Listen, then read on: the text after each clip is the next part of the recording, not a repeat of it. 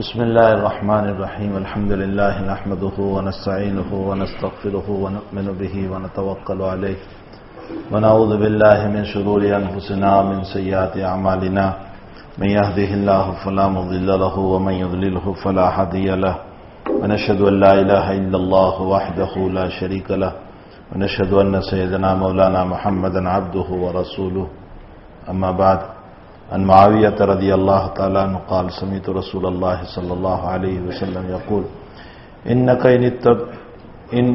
إن اتبعت عورات المسلمين أفسدتهم أو كدت أن تفسدهم حدیث صحیح رواہ ابو داؤد باسناد صحیح۔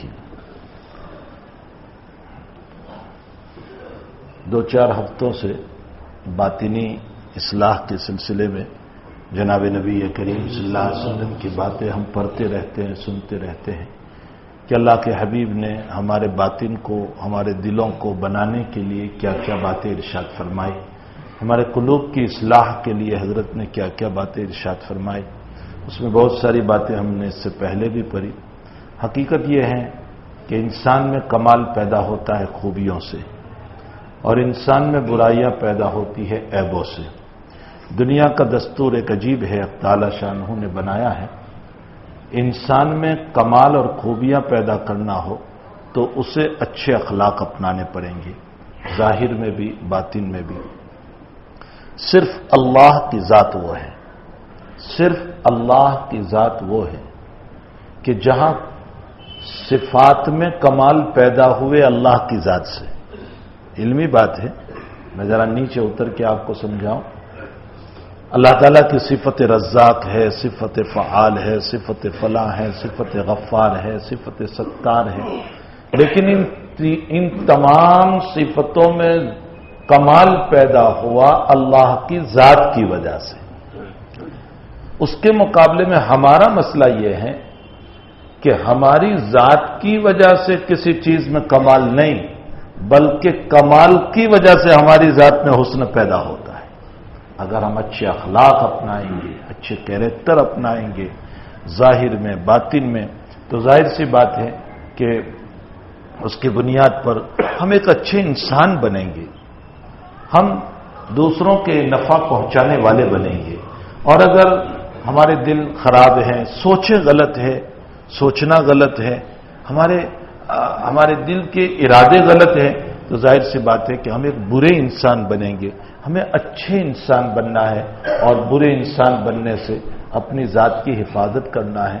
میں نے ابھی ایک مجلس میں ایک بات کہی تھی، میں نے کہا دیکھیے، گناہ کی لذت وقتی ہے، گناہ کی لذت جو ہے وہ وقتی لذت ہے۔ انسان جب تک زنا میں لگا ہوا ہے 20 منٹ 15 منٹ، وہاں تک لذت ہے۔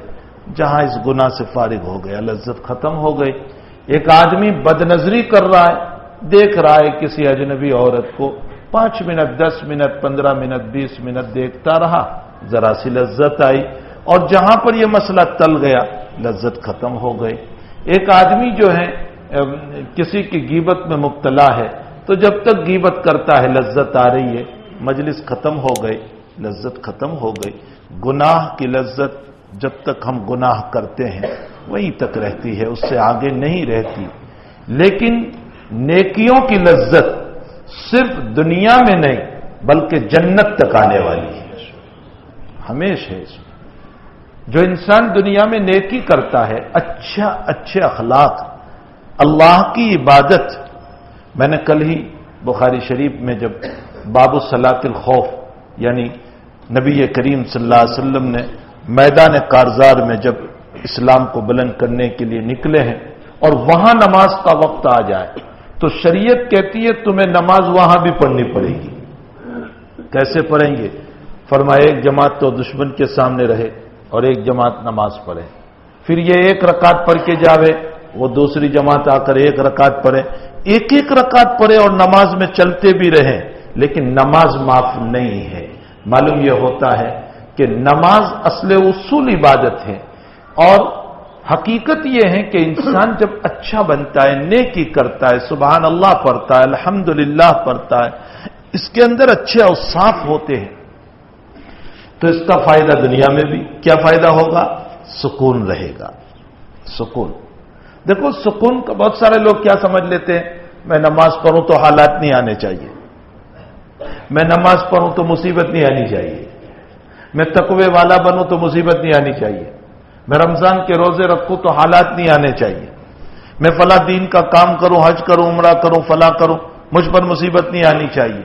بھائی تمہاری عبادت ہی کا کیا مسئلہ ہے؟ جناب رسول اللہ صلی اللہ علیہ وسلم اتنے بڑے عبادت گزار، حالات تو ان پر بھی آئے کہ نہیں آئے؟ حالات ان پر بھی آئے، پریشانیاں ان پر بھی آئی، مصیبتیں ان پر بھی آئی، بیماریاں ان پر بھی آئی. اللہ کے نبی پر بھی بیماریاں آئی، حالات بھی آئے، پریشانیاں بھی آئی، دشمن بھی آئے، آپ کے دشمن بھی بنے لوگ، آپ کو گالیاں بھی دی، آپ کو برا بھلا بھی کہا، آپ کو تان و تشنی بھی کیا، سب کچھ آپ کے لیے ہوا، سب کچھ.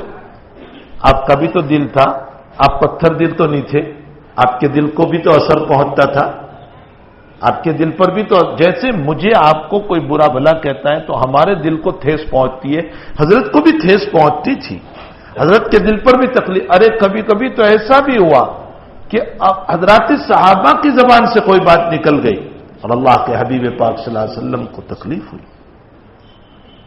جب حنین ہوا، حنین، اور حنین کے بعد بہت سارا مال غنیمت ہاتھ میں آیا، بہت سارا.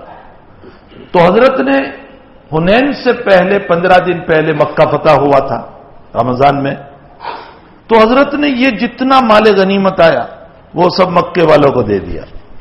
جتنے مکے سے ابھی نئے نئے مسلمان ہوئے تھے سب کو دے دیا، لے جاؤ تم. ایک ایک کو 100 بکریاں دی،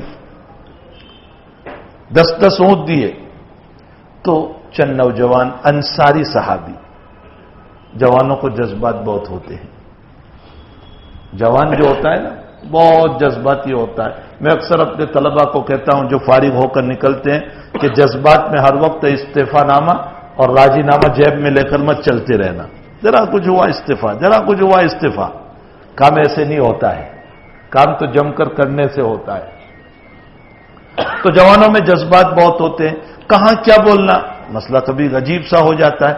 تو ہوا یہ کہ بعض نوجوان صحابہ کی زبان سے جملہ نکلا. کیا نکلا؟ بہت عجیب جملہ نکلا. انہوں نے یوں کہہ دیا کہ جب ہماری ضرورت تھی تو نبی علیہ السلام نے ہم کو استعمال کیا، اور آج مال جب آیا ہے تو اپنی قوم کو دے دیا. مکے والے، حضرت مکے کے تھے، فرمایا اپنی قوم کو دے دیا. ہم کو کوئی کہے ہمارے دل پر اثر، حضرت کو بھی اثر ہوا. فرمایا آج تک ہمیں استعمال کیا اور اب مال ان کو دے دیا. حضرت کو جب اس جملے کا پتہ چلا تو حضرت نے فرمایا انصاری لوگ ایک طرف آ جائے. ایک خیمے میں سارے انصاریوں کو جمع کرے اور فرمایا کوئی اور نہ آئے. سارے انصار جمع ہوئے. حضرت نے فرمایا تم نے میرے متعلق ایسی باتیں کی. تو حضرات انصار نے فرمایا اللہ کے حبیب ہم نے نہیں کہا، یہ نوجوان قسم کے 2-4 ہیں، ان کی زبان سے نکل گیا. انہوں نے بھی اعتراف کر لیا کہ ہاں ہم نے جذبات میں بول دیا. رو پڑے انصار صحابہ، رو پڑے، کہا ہم سے کچھ. حضرت نے فرمایا تم یوں بھی کہو مجھ کو، حضرت خود ہی کہہ رہے تم یوں بھی کہو مجھ کو کہ اے محمد مکے میں تمہارا کوئی معین و مددگار نہیں تھا، ہم نے مدینے بلا کر کے تمہارا تعاون کیا. کہو مجھ کو، احسان جتاؤ مجھ پر. یہ جملہ بتا رہا ہے کہ حضرت کے دل پر اثر ہوا. لیکن ان تمام باتوں کے بعد چونکہ وہ تو اپنے تھے نا، حضرت نے سنبھال لیا صحابہ کو، انصار کو. کیسے سنبھالا؟ حضرت نے یہ فرمایا ارے تم اس مال کی وجہ سے، مال کی وجہ سے، مال کی حیثیت کیا ہے، بساط کیا ہے، اللہ نے تمہیں دیا ہے، یہ مال کی وجہ سے تم یہ بات کہہ رہے. پھر نبی علیہ السلام نے جو انصار کو اپنے قریب کیا، حضرت نے فرمایا یہ سارے مکہ والے مال لے کر جائیں گے اور تم اپنے نبی کو لے کر جاؤ گے. اللہ اکبر. حضرات انصار کا دل بھر آیا. یہ ہے نبی کی خوبی کہ صحابہ کو اپنے دلوں سے لگا لیا کرتے تھے. دلوں کو توڑنا کوئی کمال نہیں ہے، دلوں کو جیتنا کمال ہے. دلوں کو جیتنے والے بنو، توڑنے والے نہ بنو۔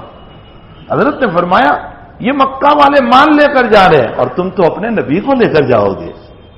فرمایا لولا الہجرت لکنت من الانصار، اگر ہجرت کا لیبل میرے اوپر نہ ہوتا، چونکہ حضرت بھی مہاجر تھے، مکے سے آئے ہو، فرمایا ہجرت کا لیبل میرے اوپر نہ ہوتا تو میں اپنے آپ کو انصاری کہتا۔ پھر آپ نے فرمایا انصاریوں کو الناس دثار والانصار شعار، شعار اس کپڑے کو کہتے ہیں جو اندر میں ہوتا ہے، یہ بنیان جو ہے نا وہ شعار ہے۔ شعار شعر سے ہے، شعر کا معنی بال، بالوں سے جو کپڑا لگا ہوا ہے اس کو شعار کہتے ہیں۔ آپ نے فرمایا الناس دثار والانصار شعار، فرمایا سارے لوگ اوپر کا کپڑا ہے اور میرے انصار تو میرے اندر کا کپڑا ہے، میرے بدن سے لگے ہوئے، میرے دل سے قریب ہے۔ حضرت نے جیت لیا صحابہ کرام کو، انصار کو۔ تو بھائی عبادت گزار ہے تو کیا ہوا، یہ سمجھنا کہ ہمیں کوئی تکلیف ہی نہ ہو، حالات ہی نہ ہو، یہ نہیں ہو سکتا ہے۔ دیکھو دنیا ہے، حالات تو آئیں گی، یہ تو ہے ہی حزن و ملال کی جگہ، یہاں حالات آئیں گے۔ پھر ایک بات اور یاد رکھو، دنیا کی خوشی بھی وقتی ہے، دنیا میں گناہ کی لذت یہ بھی وقتی، دنیا کی خوشیاں بھی وقتی۔ نکاح ہوا کتنی دیر کی خوشی، 1 دن 2 دن، اور اگر اس بچے کو پوچھو جس نے نکاح کیا، اس بچی کو پوچھو تو زیادہ سے زیادہ ہفتہ، بس خوشیاں ختم۔ پھر ابا بھی کہتے جا کام پہ جا، بہت ہوا۔ تو نکاح کی خوشی 2-4 دن، گھر پہ بچہ پیدا ہوا کتنی خوشی، 1 دن 2 دن 3 دن، کتنے دن کی خوشی۔ دنیا کی خوشیاں بھی وقتی ہے اور گناہوں کی لذت بھی وقتی ہے، لیکن طاعت اور عبادت کی لذت دائمی ہے، جنت تک چلے گی۔ کیسے چلے گی جنت تک؟ دنیا میں جو انسان نیک بنتا ہے، صالح بنتا ہے، تقوی والا بنتا ہے، اچھا بنتا ہے، تو سنو حالات مصیبت ضرور آتے ہیں، لیکن حالات اور مصیبت میں بھی اللہ اسے سکون عطا کرتا ہے۔ سکون، دل مطمئن ہے، بیمار ہے دل مطمئن ہے، دکان ٹھپ ہو گئی دل مطمئن ہے، میرا اللہ ہے کوئی راستہ کرے گا، یہ سکون، یہ خوشی ہو گئی۔ موت کا وقت آیا، اچھے آدمی کے لیے مرتے وقت بھی سکون، ارجعی الی ربک راضیۃ مرضیہ فادخلی فی عبادی وادخلی جنت، آجا میرے بندے جنت میں۔ موت کے بعد بھی سکون، قبر میں جب رکھا جاتا ہے تو کہا جاتا ہے نم صالحہ، بخاری شریف، سکون سے سو جا۔ اور ابن ماجہ کی روایت میں نم کا نومت العروس، ایسے سو جا جیسے پہلی رات کی دلہن سوئے، اور پہلی رات کی دلہن کو صبح میں اس کے شوہر کے علاوہ اٹھانے والا کوئی نہیں۔ پہلی رات میں کوئی اور اٹھانے جاتا ہے نہیں، وہ شوہر ہی اٹھاتا ہے۔ پہلی رات کی دلہن کو شوہر کے علاوہ اٹھانے والا کوئی نہیں۔ دلہن سے تشبیہ دے کر، مشابہت بیان کر کے نبی علیہ السلام نے اشارہ فرمایا، اے نیک بندے اور نیک بندی، تم بھی سو جاؤ قیامت تک، اللہ کے علاوہ اٹھانے والا کوئی نہیں۔ اور جب صبح اس کا شوہر اٹھاتا ہے تو دلہن کی پہلی نظر اپنے شوہر پر پڑتی ہے، قیامت میں تیرا رب اٹھائے گا تو پہلی نظر تیرے اپنے اللہ پر پڑے گی۔ یہ خوشی چل رہی ہے۔ پھر حشر میں خوشی کیسی؟ فرمایا عرش کے نیچے تجھے جگہ عطا کروں گا جہاں ٹھنڈک ہی ٹھنڈک ہوگی، ایئر کنڈیشن ہوگا۔ دنیا کا ایئر کنڈیشن تو اتنا مجمع ہو جائے تو مسجد کے سارے اے سی جو ہیں وہ بھی اپنا کام کرنا چھوڑ دیتے ہیں۔ وہاں کا ایئر کنڈیشن، اب وہ کون لوگ ہیں جن کو اللہ اپنے عرش کے نیچے ایئر کنڈیشن میں رکھے گا؟ فرمایا جس کا دل مسجد سے لگا ہوا ہے، وہ جوان جس کی جوانی عبادت میں گزر رہی ہے، وہ آدمی جس کو خوبصورت عورت نے سامنے سے بلایا اور اس نے اللہ کی وجہ سے منع کر دیا۔ وہ آدمی جس نے غریب کا تعاون کیا، وہ آدمی جو خلوتوں میں بیٹھ کر گناہ کو یاد کیا اور آنکھوں سے آنسو بہہ گئے اور رو پڑا، یہ وہ سب ہیں جن کو اللہ اپنے عرش کے سائے میں رکھے گا، اللہ کے ایئر کنڈیشن میں۔ پھر جنت میں چلا گیا تو اب جنت میں جانے کے بعد اللہ اپنے فرشتوں کو بھیجے گا، جاؤ جاؤ میرے بندوں کو سلام کرو۔ تو اب فرشتے سلام کرنے آئیں گے، سلام علیکم طبتم فادخلوها خالدین، سلام ہو تم پر، تم بڑے اچھے تھے دنیا میں۔ لوگ کہتے تھے جنت جہنم کچھ نہیں، تم نے دیکھ لی جنت جہنم، سلام علیکم طبتم۔ پھر اخیر میں اللہ آئے گا کہ میں تمہیں سلام کرتا ہوں، رب کریم کا سلام، کائنات کا مالک سلام کرے گا ان بندوں کو، اور پھر اخیر میں کہے گا میرے بندوں میں کچھ دینا چاہتا ہوں۔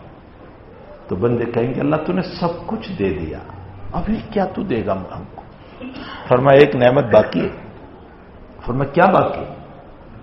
فرمایا انی ارزاقکم، میں تم سے ہمیشہ راضی ہو گیا، اب کبھی ناراض نہیں ہوں گا، لا اسخط بعدہ ابدا۔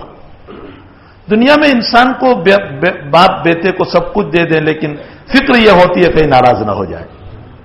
اللہ اعلان کرے گا میں کبھی تم سے ناراض نہیں ہوں گا، جنت سے نکلنے کا سوال ہی پیدا نہیں ہوگا۔ پھر اللہ کہے گا ایک نعمت اور باقی ہے جو مجھے دینا ہے۔ فرمایا اللہ ابھی کیا نعمت؟ تو اللہ تعالیٰ فرمائیں گے پردے ہٹیں گے، ابن ماجہ کی روایت میں پردے ہٹیں گے، اللہ سامنے ہوگا اور کہے گا میرا دیدار کر لو، میری زیارت کر لو۔ کتنی بڑی نعمت! معلوم ہوتا ہے نیکیوں کی نعمت ہمیشہ رہتی ہے، گناہوں کی لذتیں جو ہیں وہ وقتی ہے۔ جب تک زنا میں ہے لذت، زنا ختم لذت ختم، چوری میں ہے لذت پھر لذت ختم، بدنظری میں ہے لذت پھر لذت ختم، غیبت میں ہے لذت، تھوڑی دیر کے بعد لذت ختم۔ نیکیوں کی لذت ہمیشہ ہے، اسی لیے اللہ کے پیغمبر نے ہم تمام کو نیکیوں پر ڈالا اور برائیوں سے بچایا کہ تم اپنی ذاتوں کو نیکیوں پر ڈالو، برائیوں سے اپنے آپ کو بچاؤ۔ اسی میں یہ روایت جو ہے حضرت معاویہ رضی اللہ تعالیٰ عنہ فرماتے ہیں کہ رسول اللہ صلی اللہ علیہ وسلم نے فرمایا جب تم کسی کی برائی کے توہ میں پڑتے ہو، عورات المسلمین، تم مسلمانوں کی برائیوں میں پڑتے ہو، ان کے عیب ڈھونڈنے میں، آج کل کی زبان میں کہہ لو ویک پوائنٹ تلاش کرنے میں، ویک پوائنٹ، تو کیا مسئلہ ہوگا؟ فرمایا افسدتہم، تم زمین پر فساد پھیلا رہے ہو۔ نبی فرماتے تم زمین پر فساد پھیلا رہے ہو، اس کی وجہ سے فساد ہوگا۔ کیا فساد ہوگا؟ میں نے آپ کا ویک پوائنٹ تلاش کیا، اب میں دو آدمی کے سامنے کہوں گا تو نتیجہ یہ ہوگا کہ آپ میرا ویک پوائنٹ تلاش کرو گے۔ میں نے آپ کی ایک بات نقل کی، آپ میری دو بات نقل کرو گے۔ میں نے آپ کی چھوٹی سی بات نقل کی، آپ میرے عیب کو بہت بڑا بنا کر کے پیش کرو گے۔ نتیجہ پھر سامنے والا مجھے کہے گا ارے تو نے میرا ویک پوائنٹ دوست کو کہا ہے، میں تو تیرا ویک پوائنٹ تیری بیوی کو کہہ کر طلاق دلوا دوں گا۔ فتنہ ہوا کہ نہیں ہوا؟ اگر ہم ہی کسی کے عیب کو نہ تلاش کرتے تو فتنے تک نہ پہنچتے۔ جناب رسول اللہ صلی اللہ علیہ وسلم نے کتنی پیاری مثال بیان فرمائی، حضرت نے کتنی پیاری نصیحت ہم کو فرمائی، کسی کے ویک پوائنٹ کو تلاش نہ کرو، کسی کے عیب کو تلاش نہ کرو، اس لیے کہ بھائی دنیا کا کون آدمی ہے جو خود عیبدار نہ ہو؟ نہ میں اپنے آپ کو پاک دوا، دودھ کا دھویا ہوا کوئی نہیں، کوئی دودھ کا دھویا ہوا نہیں، صرف دودھ کے دھوئے ہوئے انبیاء ہیں، حضرات انبیاء کرام علیہ السلام، وہ پاک صاف پوتر، ان کی زندگی میں گناہ کبیرہ تو بہت دور کی بات، گناہ صغیرہ بھی نہیں ہوا۔ نبوت سے پہلے بھی ان کی زندگی پاک، نبوت کے بعد بھی ان کی زندگی پاک۔ کعبۃ اللہ کی تعمیر ہو رہی ہے، اللہ کے حبیب کی عمر 15 سال کی ہے، اور چچا عباس نے فرمایا کہ محمد تو جو یہ پتھر اٹھا اٹھا کر کے لا رہا ہے اور لنگی تیری نیچے جا رہی ہے، کہیں تیری لنگی پاؤں میں الجھ جائے گی تو گر جائے گا، لنگی نکال لے، بخاری شریف میں ہے کہ لنگی نکال لے اور یہاں رکھ دے تاکہ تجھے پتھر رکھنے میں سہولت ہو۔ ابھی تو اللہ کے حبیب نے لنگی نکالی اور بے ہوش ہو کر گر پڑے اور فوراً کپڑا ڈال دیا۔ اللہ چاہتا تھا کہ میرے نبی کے سطر پر نبوت سے پہلے بھی کسی کی نظر نہ پڑے۔ نبی نبوت سے پہلے بھی پاک ہوتا ہے، نبوت کے بعد بھی پاک صاف ہوتا ہے، ان سے کوئی قصور نہیں ہوتا۔ باقی دنیا میں ہر ایک سے بھائی کچھ نہ کچھ ہوتا ہی ہے، میں ہوں، آپ ہے، ولی ہو، غوث ہو، قطب ہو، ابدال ہو، ہر ایک سے کچھ نہ کچھ تو ہوتا ہی ہے۔ جب ہر ایک کچھ نہ کچھ عیب میں مبتلا ہے تو پھر انسان کو اپنے عیب دیکھنے چاہیے، دوسروں کے نہیں دیکھنے چاہیے۔ میں میرا عیب دیکھوں۔ حکیم الامت حضرت اقدس تھانوی نور اللہ مرکزہ نے لکھا ہے، حضرت نے فرمایا کہ جو دوسروں کے عیبوں کے تلاش میں رہتا ہے، جو دوسروں کے عیبوں کے تلاش میں رہتا ہے، اللہ اسے توبہ کی توفیق نہیں دیتا۔ کیوں نہیں دیتا؟ حضرت نے وجہ لکھی اس کی۔ حضرت نے فرمایا جب تم دوسروں کے عیبوں کو تلاش کرتے رہے تو اس کا مطلب یہ نکلا کہ تم اپنے آپ کو پاک دامن سمجھ رہے ہو، اور جو پاک دامن سمجھتا ہوگا وہ ابھی اپنے آپ کو گنہگار سمجھے گا ہی نہیں، اور جو گنہگار نہیں سمجھے گا تو توبہ کی توفیق بھی نہیں ہوگی۔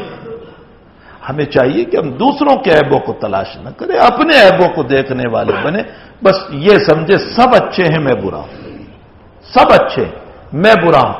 اگر ہم نے یہ تصور کر لیا تو انشاءاللہ تعالی کامیابی ملے گی۔ اللہ تعالی اس بری خصلت سے ہم سب کی حفاظت فرمائے۔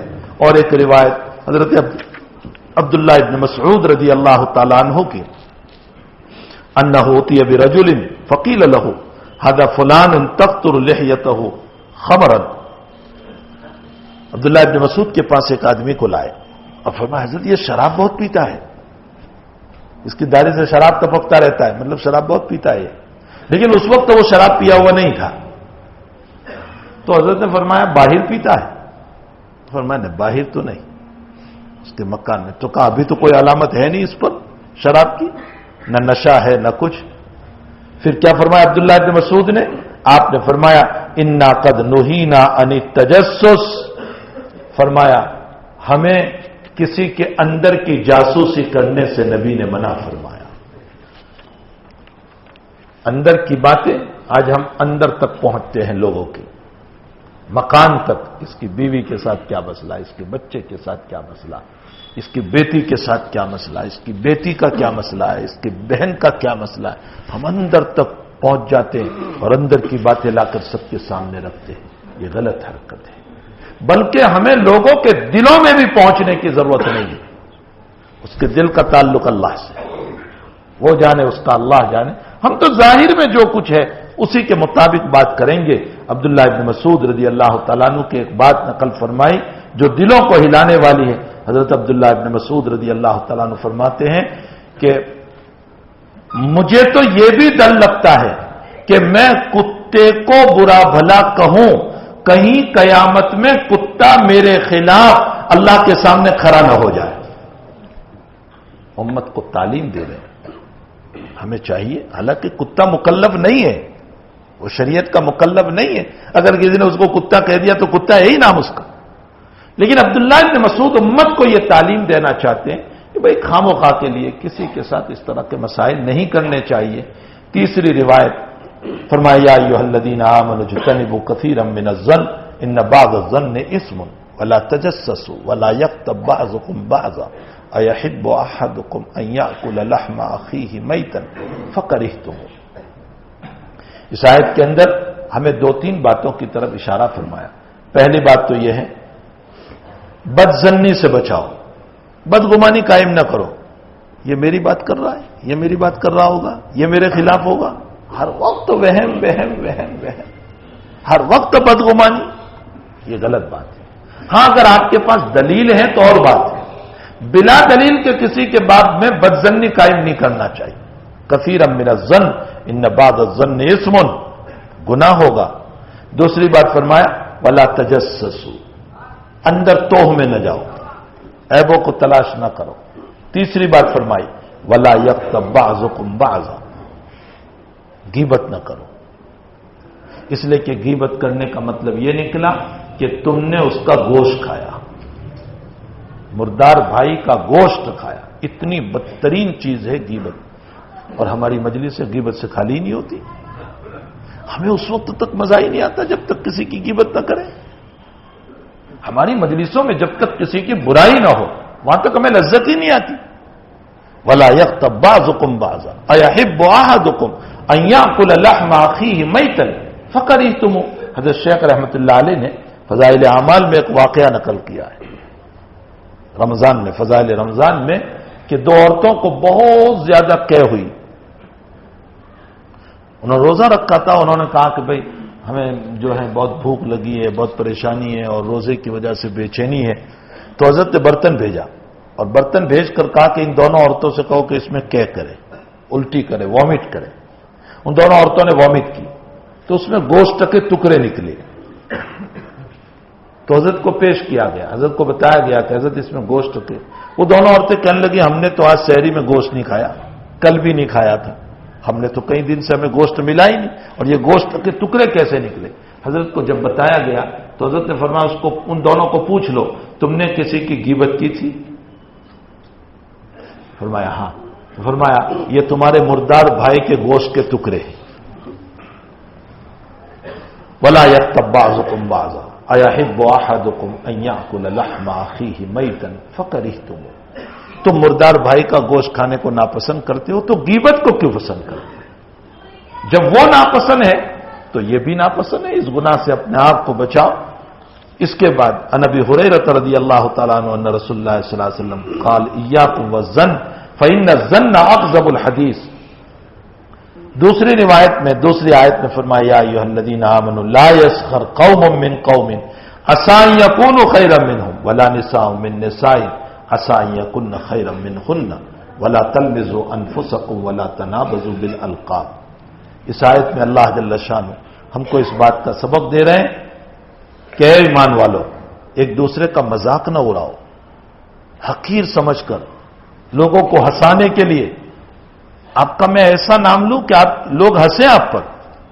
لا یسخر قوم من قوم، ایسا بہت ممکن ہے اللہ کے نزدیک وہ پیارا ہو اور تو اللہ کی نگاہ میں مبغوض بن جائے۔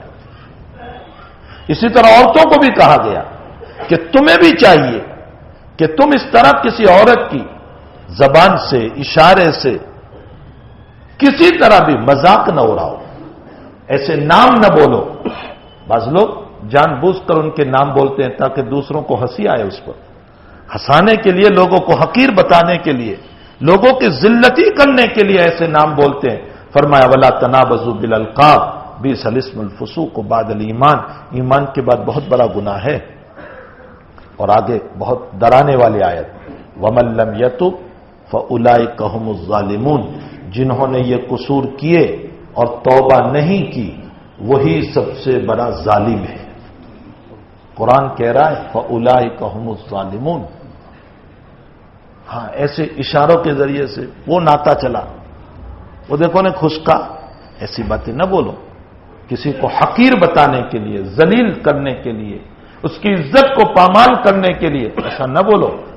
ایسا بولنے سے ہمارا ثواب ضائع ہو جاتا ہے، ہماری عبادتیں ضائع ہو جاتی ہے، اور قیامت کے دن ہم پہنچیں گے ہمارا دفتر خالی ہوگا۔ اب ہم سوچیں گے میری نمازیں کہاں گئی، میری صف اول کہاں گئی، میرے روزے کہاں چلے گئے، میرا عمرہ کہاں چلا گیا، میں نے تو بہت عمرے کیے تھے، میرا حج کہاں چلا گیا۔ اللہ کہے گا تو سبھی دنیا میں دے کر آیا ہے، تو نے تو سبھی دنیا میں دے دیا تھا، تو نے اپنے پاس کچھ رکھا ہی نہیں۔ شیخ سعدی رحمۃ اللہ علیہ فرماتے ہیں کہ او پیارے، تجھے غیبت کرنا ہو اور بہت غیبت کا شوق ہے تو تیری ماں کی غیبت کر۔ فرما رہے تیری ماں کی غیبت کر، تیرے باپ کی غیبت کر، اس لیے کہ کسی کی غیبت کر کے اپنا ثواب اس کو دے رہا ہے، اس کے بجائے ماں اور باپ کی غیبت کر، کم سے کم تیرا ثواب تیرے ماں باپ کو ملے۔ یہ مطلب نہیں ہے کہ ماں باپ کی غیبت کرنا ہے، لیکن یہ بتانا چاہتے ہیں کہ ہم اپنا ثواب پامال کر رہے ہیں، اپنا ثواب برباد کر رہے ہیں۔ ہمیں چاہیے کہ اپنا محنت کا ثواب، ایک انسان تہجد میں کتنی محنت سے اٹھتا ہے اور بھی اپنے ثواب کو ضائع کرتا ہے، ہم سے بڑھ کر نکما کون ہوگا؟ قرآن کریم میں اللہ تعالیٰ نے ایسے اعمال کرنے والوں کو انکاسا سے تعبیر کیا. انکاسا، اللہ تعالیٰ نے یہ لفظ استعمال کیا، انکاسا. کیا مطلب انکاسا؟ مکے میں ایک عورت تھی، عجیب و غریب، اس کی کہاوت ہو گئی. اللہ نے اسی کہاوت کو قرآن میں آیت کی شکل میں اتارا. وہ عورت دیوانی جیسی تھی. وہ کیا کام کرتی تھی؟ صبح کو کچھ ہاتھوں سے بناتی تھی، جیسے کوئی ٹوپیاں بناتا ہے، کوئی رومال بناتا ہے، کوئی کیا بناتا ہے دھاگوں سے. وہ صبح سے بناتی تھی، شام تک میں جب وہ رومال تیار ہو جاتا تو کینچی سے کاٹ ڈالتی تھی. تو دن بھر کی محنت ضائع کر دی اس نے. دن بھر محنت کی رومال بنانے کے لیے، ٹوپی بنانے کے لیے، اور شام کو کاٹ دیا، اپنی محنت کو ضائع کر دیا. قرآن نے اس عورت کی کہاوت کو اور اس عورت کے عمل کو اعمال والوں پر کہا، اور یوں کہا کہ تہجد سے اٹھ کر عشاء تک تم محنت کرتے ہو اور پھر غیبت اور برائیوں سے اپنے ثواب کو ضائع کر دیتے. اس کی کینچی کے ذریعے سے ان سارے ثواب کو ضائع کر دیا. تو نقصان ہم نے اپنا ہی کیا. ہم نے تو اپنے ہی پاؤں پر اپنی کلہاری ماری، اپنا پاؤں اپنے ہی ہاتھوں کاٹ دیا. یہ کوئی عقل مندی ہوئی یا بے وقوفی ہوئی؟ ہم سے بڑھ کر بے وقوف کون ہوگا کہ ہم اپنی عبادتوں کو اپنے ہاتھ سے ضائع کر دیں؟ نہیں میرے بھائیوں، اسی لیے قرآن اور حدیث بہت محبت سے، بہت پیار سے ہم کو یہ کہہ رہا ہے تم اپنے ثواب کو ضائع نہ کرو، تم اپنی نیکیوں کو ضائع نہ کرو، تم اپنے اعمال کو ضائع نہ کرو، تم اپنی نمازوں کو ضائع نہ کرو، تم اپنے روزے، عبادت، حج اور عمرے کو ضائع نہ کرو. عن ابی ہریرہ رضی اللہ تعالیٰ عنہ ان رسول اللہ صلی اللہ علیہ وسلم قال بحسب امرئ من الشر ان يحقر اخاه المسلم. اللہ کے نبی کہتے ہیں انسان کے برا ہونے کے لیے، انسان کے نالائق ہونے کے لیے، انسان کے بد اخلاق ہونے کے لیے اتنا کافی ہے کہ وہ اپنے مسلمان بھائی کی حقارت کرے، اس کو ذلیل کرے، اس کی توہین کرے، اس کو بے عزت کرے، اس کو معاشرے میں ذلیل کرے، اس کو اس کے ماں باپ کے سامنے ذلیل کرے، اس کو اس کی اولاد کے سامنے ذلیل کرے، اس کو اس کی بیوی کے سامنے ذلیل کرے. فرمایا یہ بدترین انسان. ہمیں چاہیے کہ ہم کسی کو، مجمع میں بھی ہم بیٹھے ہو، محفل میں بھی اگر ہم بیٹھے ہو، کوئی بات آ جائے، ہم بہت محبت کے ساتھ اس بات کو نمٹائیں. اس طرح پر بات نہ بولیں جس کی وجہ سے کسی کی ذلتی ہو جائے.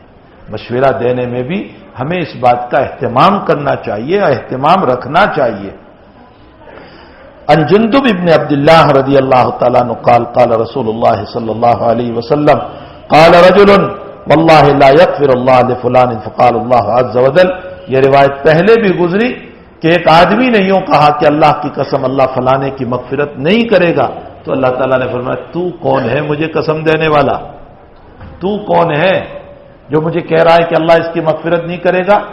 اچھا تو اس کو حقیر سمجھ رہا ہے اور اپنی عبادت پہ غرور کر رہا ہے. اللہ کہتا ہے میں نے اس کی مغفرت کر دی اور تیرے سارے عبادت کو میں نے ضائع کر دیا. تیری نماز بھی ختم، روزہ بھی ختم، حج بھی ختم، عمرہ بھی ختم، سب تیرا میں نے برباد کر. اپنی عبادت پر تجھے پراؤڈ ہے، غرور اور تکبر ہے، اہم ہے. عبادت پہ اہم اچھی چیز نہیں ہے. انسان کو تواضع اختیار کرنی چاہیے. اگلی روایت میں فرمایا مسلمانوں کی تکلیفوں پر خوش نہیں ہونا چاہیے. کسی کو اگر کوئی تکلیف ہوئی، بیمار ہے، پریشان ہے، دکان نہیں چل رہی، اس کی بیٹی کی طلاق ہو گئی، اس کے بیٹے کا نکاح ٹوٹ گیا، تو ہمیں چاہیے کہ ہم اس پر خوشی کا اظہار نہ کریں. فرمایا اللہ جل شانہ نے انما المؤمنون اخوۃ فاصلحوا بین اخویکم واتقوا اللہ لعلکم ترحمون. مسلمان بھائی ہے، اللہ کہہ رہا ہے فاصلحوا بین، تو بھائیوں کے درمیان محبت رکھو، پیار رکھو، ایک دوسرے کے ساتھ حسن سلوک رکھو اور اللہ سے ڈرو. بہت ممکن ہے تمہارے اس عمل کی وجہ سے اللہ تم پر رحم کا معاملہ کرے گا. اتقوا اللہ لعلکم ترحمون، اللہ تم پر رحم کا معاملہ کرے گا. وقال اللہ تعالی ان الذین یحبون ان تشیع الفاحشۃ فی الذین آمنوا لهم عذاب علیم فی الدنیا والآخرہ. اب تعالی شانو کا ارشاد ہے جو لوگ مسلمانوں میں بے حیائی پھیلانے کے آرزومند ہیں، امیدیں رکھتے ہیں، ان کے لیے دنیا اور آخرت میں دردناک عذاب ہے۔ جو لوگ یہ چاہتے ہیں کہ مسلمانوں میں فتنے ہو، تعالی شانو کہتے ہیں میں اس کو قیامت کے دن بہت سخت سزا دوں گا۔ اسی لیے عن واصل ابن اسقع رضی اللہ تعالیٰ عنہ فرماتے ہیں قال رسول اللہ صلی اللہ علیہ وسلم لا تظہر الشماتۃ بأخیک فیرحمہ اللہ ویبتلیک۔ حضرت واصلہ ابن اسقع رضی اللہ تعالیٰ عنہ فرماتے ہیں رسول اللہ صلی اللہ علیہ وسلم نے فرمایا اپنے مسلمان بھائی کی تکلیف پر خوشی کا اظہار نہ کر، اپنے مسلمان بھائی کی تکلیف پر خوشی کا اظہار نہ کر، خوش نہ ہو۔ کیوں؟ اللہ تعالیٰ اس پر تو رحم کر دے گا اور تجھے اس مصیبت میں مبتلا کر دے گا۔ امام ترمذی نے اس روایت کو نقل فرمایا اور فرمایا یہ حدیث حسن ہے، جس میں آقا صلی اللہ علیہ وسلم یہ بتانا چاہتے ہیں مثلا کسی کے بچے بچی کا ٹوٹ جاوے، ہمیں خوشی کا اظہار دعا کرنا چاہیے اللہ اس کا مسئلہ حل کر دے۔ کیوں؟ خوشیاں منائی، کل کو میرے گھر بھی بیٹے بیٹیاں ہیں۔ کسی کی بیماری پر خوشیاں منائی، کل کو ہم پر بھی بیماری آ سکتی، کسی پر حالات آئے کل کو ہم پر بھی آ سکتے، اس لیے ہمیں چاہیے کسی کی دکان نہیں چل رہی ہے کل کو ہمارے بھی حالات آ سکتے، کسی کے گھر میں پریشانی ہے کل کو ہم پر بھی حالات آ سکتے، اس لیے ہمیں چاہیے کہ ہم بلا جو ہے کسی کے حالات پر، پریشانیوں پر، مصیبتوں کے اوپر خوشیاں منانے والے نہ بنے، بلکہ مسلمانوں کی ستر پوشی اور عیب ڈھانپنے والے بنے، پردہ ڈالنے والے بنے۔ جناب نبی کریم صلی اللہ علیہ وسلم نے فرمایا من ستر سترہ اللہ، تم کسی پر پردہ ڈالو گے اللہ تم پر پردہ ڈال، تم کسی کے عیب کو چھپاؤ گے اللہ تمہارے عیب کو چھپائے گا۔ اور ایسے بے شمار واقعات ہیں کہ جس میں کسی نے کسی کے عیب پر پردہ ڈالا، حق تعالیٰ نے اس کی زندگی کے بڑے بڑے گناہوں پر پردہ ڈال دیا، ستاری فرما دی۔ کیوں؟ بعض واقعات میں ملتا ہے کہ ان کی حضوری ہوئی اللہ کے دربار میں، اور جب اللہ کے دربار میں حضوری ہوئی اور پوچھا کیا لے کر آئے، فرمایا باری تعالیٰ مجھے کچھ یاد نہیں، تیرے رحم کے اوپر میں تو آیا ہوں۔ امام غزالی نے ایک واقعہ نقل کیا ایک بزرگ کا کہ اللہ تیری رحم کے اوپر میں تو آیا ہوں، میری عبادت پر مجھے کوئی اعتماد نہیں۔ فرمایا تیرا ایک عمل میرے پاس ہے۔ تو بزرگ کہتے ہیں کہ رب کریم میرا کیا عمل، مجھے تو کوئی عمل ہی یاد نہیں کہ جو میں نے اخلاص سے کیا ہو، اسی لیے تو تیرے رحم پر آیا۔ تو اللہ کہتا ہے تیرا ایک عمل یہ تھا کہ دنیا میں کسی کی برائی آتی تھی تو چھپا دیا کرتا تھا، تو نے دنیا میں میرے بندوں کے، میری بندی کے عیبوں کو چھپایا، آج میں تیری زندگی کے سارے عیبوں کو چھپا کر حتیٰ کہ میرے فرشتوں کے سامنے بھی ظاہر نہیں ہونے دیتا ہوں، تجھے جنت عطا کر دوں گا۔ من ستر سترہ اللہ۔ بعض ضعیف روایتوں میں آیا ہے، روایت منکر نہیں ہے، غلط نہیں ہے، ضعیف ہے، جس میں یہ آیا ہے کہ جناب رسول اللہ صلی اللہ علیہ وسلم قیامت میں یوں فرمائیں گے رب کریم سے کہ اللہ میری امت کا حساب میں لے لوں، یہ میری امت جو ہے ان کا حساب میں لے لوں، ان کا حساب میں دیکھ لوں، ان کے نام اعمال کو۔ تو اللہ کہے گا نہ، تیری امت کا حساب بھی میں ہی، اس لیے کہ میں چاہتا ہوں کہ تیری امت کے گناہ تجھ پر بھی کھولنے نہ دوں۔ میں نہیں چاہتا ہوں کہ میرے بندوں کے گناہ، چاہے تمہارے امتی ہے پیغمبر، لیکن میں نہیں چاہتا ہوں کہ یہ تو میرے بندے ہیں، میرے بندوں کے گناہ میں تجھ پر بھی کھلنے نہ دوں گا۔ یہ اللہ کی رحم ہے، کرم ہے، اس لیے فرمایا من ستر سترہ اللہ۔ اگر تم نے کسی کے اوپر پردہ ڈالا، حق تعالی شان ہو تمہارے عیبوں کے اوپر پردہ ڈالے گا۔ اللہ جل شان ہمیں ان اچھے اخلاق سے وابستہ فرمائے، اللہ برے اخلاق سے ہماری حفاظت فرمائے۔ حق تعالی اخلاق رذیلہ سے اپنے دلوں میں ببل کے کانٹے بونے سے، گناہوں کے کانٹے بونے سے اللہ ہم سب کی حفاظت فرمائے، اور ہمیں اپنے قلوب کو اچھے اخلاق کے پھولوں سے، خوشبودار پھولوں سے مزین کرنے کی، خوشبودار بنانے کی اللہ ہم سب کو توفیق عطا فرمائے۔ بھائی قلوب کی خوشیاں جو ہے، قلوب کی نیکیاں جو ہے وہ یقیناً ظاہر ہو کر رہتی ہے، اور قلوب کی برائیاں بھی ظاہر ہو کر رہتی ہے۔ ہم برائیوں سے اپنے آپ کو بچائیں اور خوشیوں سے اپنی ذات کو متصف کریں۔ میں بھی محتاج ہوں، آپ بھی محتاج ہیں، ہم سب اپنے قلوب کو بنانے کے لیے اللہ سے مانگتے بھی رہیں، اس رب کریم سے مانگے کہ اے مقلب القلوب، اے مصرف القلوب، اے دلوں کو پھیرنے والے رب، میرا دل تیرے ہاتھ میں ہے، تو مجھے نیکی کی طرف بھی تو لے جا سکتا ہے، اچھے اخلاق کی طرف بھی تو لے جا سکتا ہے، برائیوں سے تو مجھے بچا سکتا ہے۔ اور رب کریم سے مانگیں گے انشاءاللہ تعالی۔ کیا اس نے صحابہ کے قلوب کو نہیں پھیرا؟ کون تھے وہ صحابہ؟ ارے کفر کے پہاڑ تھے، وہ تو کفر کے پہاڑ تھے۔ کون تھا وہ عمر جو نبی کو قتل کرنے کے لیے تلوار لے کر نہیں چلا تھا؟ کون تھا وہ ابو سفیان جو بدر میں، خندق میں، احد میں بار بار ننگی تلوار لے کر آیا؟ اس نے کہا محمد کو قتل کر دیں گے۔ ابو سفیان کو ایمان ملا کہ نہیں؟ عمر کو ایمان ملا کہ نہیں؟ کون وہ خالد ابن ولید ہے؟ احد میں ناکامی کیوں ہوئی تھی نبی اکرم صلی اللہ علیہ وسلم کو؟ یہی خالد بن ولید پہاڑ کی طرف سے کچھ لوگوں کو لے کر کے آ گئے اور مسلمان بیچ میں پھنسے، اور اسی خالد بن ولید کی بنیاد پر مسلمانوں کو ناکامی کا منہ دیکھنا پڑا۔ وہ خالد بن ولید جو کفر کا پہاڑ تھا لیکن نبی کی صحبت میں آیا، حق تعالی شانہ نے وہ اخلاص عطا کیا، وہ نور عطا کیا کہ جب وہ مر رہا ہے بستر کے اوپر تو یوں کہہ رہا ہے اے اللہ اتنی جنگوں میں گیا مجھے شہادت نہیں ملی، آج میں بیماروں کی طرح عورت پہ بستر پہ مر رہا ہوں۔ ان کے قلوب کو کس نے پھیرا تھا؟ اسی مقلب القلوب نے پھیرا، اسی مصرف القلوب نے پھیرا، اسی رب نے عمر کے دل کو پھیرا، اسی نے خالد بن ولید کے دل کو پھیرا، اسی نے جو ہے معاویہ رضی اللہ تعالیٰ عنہ کے دل کو پھیرا، اسی نے ابو سفیان کے دل کو پھیرا۔ ان سب کے دلوں کو پھیرنے والا وہ رب جو کفر کے اندر تھے ان کے دلوں کو پھیر سکتا ہے، مومنوں کے دلوں کو نہیں پھیر سکتا؟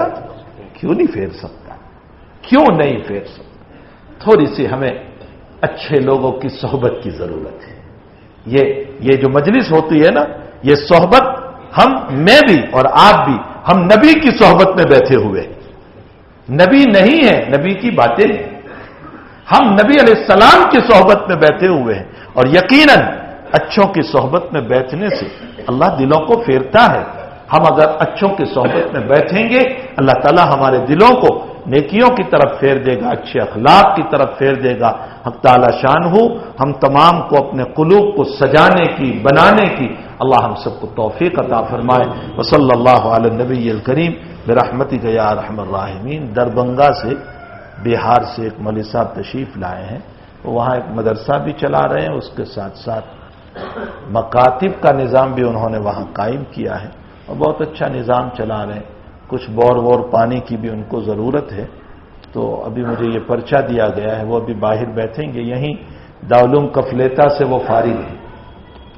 آپ لوگوں سے گزارش ہے کہ اپنے للہ زکوٰۃ، صدقہ وغیرہ سے، اور کسی کو ایصال ثواب کرنا ہو تو ان کو پانی کی بھی ضرورت ہے، تو پانی وانی کا مسئلہ حل کرا دے، ان کا کنواں بور جو بھی ہو ان کو حل کرا دے، تاکہ ہمارے لیے، ہمارے مرحوم کے لیے ایصال ثواب کا ذریعہ ہو جائے۔ حق تعالی شان ہو ہمیں اپنی رقومات کو کار خیر میں استعمال کرنے کی توفیق عطا فرمائے۔ صلی اللہ علیہ نبی الکریم۔ درود شریف پڑھ لیجیے۔ اللہم صلی وسلم دائما ابدا علی حبیبک خیر الخلق کلہم۔ اللہم انا نسألک العفو والعافیۃ فی الدین والدنیا والآخرہ، توفنا مسلما والحقنا بالصالحین، غیر خزایا ولا ندامہ ولا مخزومین۔ ربنا ظلمنا انفسنا وان لم تغفر لنا وترحمنا لنکونن من الخاسرین۔ اللہ گناہوں کو معاف فرما، قصوروں سے درگزر فرما، اے اللہ پوری دنیا کے حالات کو درست فرما، خصوصاً شام میں اللہ جو مسلمانوں پر ظلم ہو رہا ہے، بچوں کو مارے جا رہے ہیں، اے اللہ ان لوگوں کے پاس دوائیوں کے بھی پیسے نہیں ہیں، اے اللہ عورتوں کی عزتیں لوٹی جا رہی ہے، جوانوں کو پامال کیا جا رہا ہے، پوری دنیا میں بدلے ہوئے حالات ہیں، اے اللہ ان فتنوں کو امن سے مبدل فرما دے، بے سکونی کو سکون سے مبدل فرما دے، یتیموں کا سہارا پیدا فرما دے، بیواؤں کی دستگیری کرنے والے پیدا فرما دے۔ اے مالک آپ کے علاوہ ہمارا کوئی نہیں ہے، آپ ہی ہمارے ہیں، ہم اپنے دکھرے آپ ہی کو سناتے ہیں، ہم اپنے دکھرے آپ ہی کو سناتے ہیں۔ اے ربا دنیا میں مصیبت آتی ہے، ابا کو پکارتے ہیں لیکن ابا سے بھی حل نہیں ہوتی۔ اے ربا تجھی کو پکار رہے ہیں، تو ہمارا رب ہے، تو ہمارا کریم مولا ہے۔ اللہ ان حالات کو درست فرما دیجئے، پوری دنیا میں امن و امان قائم فرما دیجئے، بے سکونی کو ختم فرما دے، پریشانیوں کو دور فرما دے، بیماروں کو شفا عطا فرما، مرحومین کی مغفرت فرما، ہمارے ملک کے حالات کو بھی خوشگوار فرما۔ اللہ اطمینان بخش فرما، حالات کو خوشگوار فرما، بے سکونی کو دور فرما۔ اے اللہ جو غریب ہیں کھانا نصیب فرما، پیاسے ہیں پانی عطا فرما، بے مکان ہے مکان عطا فرما، ضرورت مند ہے سب کی ضرورتوں کو دست غیب سے پورا فرما، جو مرحوم ہو چکے ہیں سب کی قبروں کو نور سے منور فرما۔ اے اللہ جن کے قرض کا مسئلہ ہو گیا ہے غیب سے شکلیں اور صورتیں پیدا فرما۔ اللہ جن کی دکانیں نہیں چل رہی ہے، ان کے کاروبار ٹھپ ہیں، اللہ ان میں روزی روٹی کا انتظام فرما، ان میں برکتیں عطا فرما، ان میں عافیت عطا فرما، سکون کی روزی عطا فرما۔ اللہ اس مجمع کی جائز تمناؤں کو پوری فرما، اس مجمع کی جائز تمناؤں کو پوری فرما، سب کی حاجتوں کو درست فرما، سب کی حاجتوں کو پورا فرما۔ اللہ سب کی دلی مرادوں کو پورا فرما۔ الہ العالمین ہم تمام کی دعاؤں کو اپنے فضل و کرم سے اپنے حبیب پاک صلی اللہ علیہ وسلم کی برکتوں سے قبول فرما۔ وصلی اللہ علی النبی الکریم برحمتک یا ارحم الراحمین۔